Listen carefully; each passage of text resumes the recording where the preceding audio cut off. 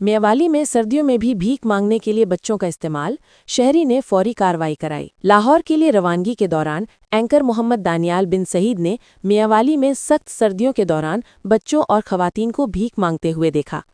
چند ماہ کے بچے خواتین کی گود میں تھے، جبکہ کچھ چند سال کے بچے بھی خود بھیک مانگنے پر مجبور تھے۔ محمد دانیال بن سعید نے اس صورتحال کی فوری طور پر سیف سٹی ایپ پر کمپلینٹ درج کروائی۔ رپورٹ کے بعد سیف سٹی اتھارٹی نے فوری رابطہ کیا اور پنجاب پولیس میاوالی کو اطلاع دی۔ تھانہ سٹی میاوالی سے بھی اینکر سے رابطہ کر کے یقین دہانی کرائی گئی کہ گداگروں کے خلاف کارروائیاں جاری ہیں۔ میاوالی رنگ ڈیجیٹل ٹی ایم کی جانب سے پہلے بھی متعلقہ اداروں کو تحریری درخواستیں دی جا چکی ہیں، اور پروگرام میاوالی پوچھتا ہے کے ذریعے شہر بھر میں بازار، گلی کوچے، بینک، اسکول، یونیورسٹی اور دیگر عوامی جگہوں پر بھیک مانگنے والے مرد، خواتین اور بچوں کے مسئلے کو اجاگر کیا گیا تھا۔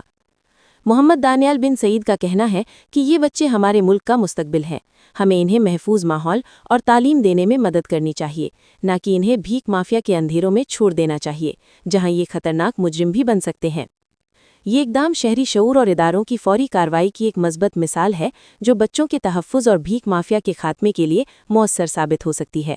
تو آئیے ابھی سبسکرائب کریں میاوالی رنگ ڈیجیٹل کو اور بنیں اس سفر کا حصہ، جہاں ہر لمحہ ہے معلومات، آگاہی اور امید سے روشن میاوالی۔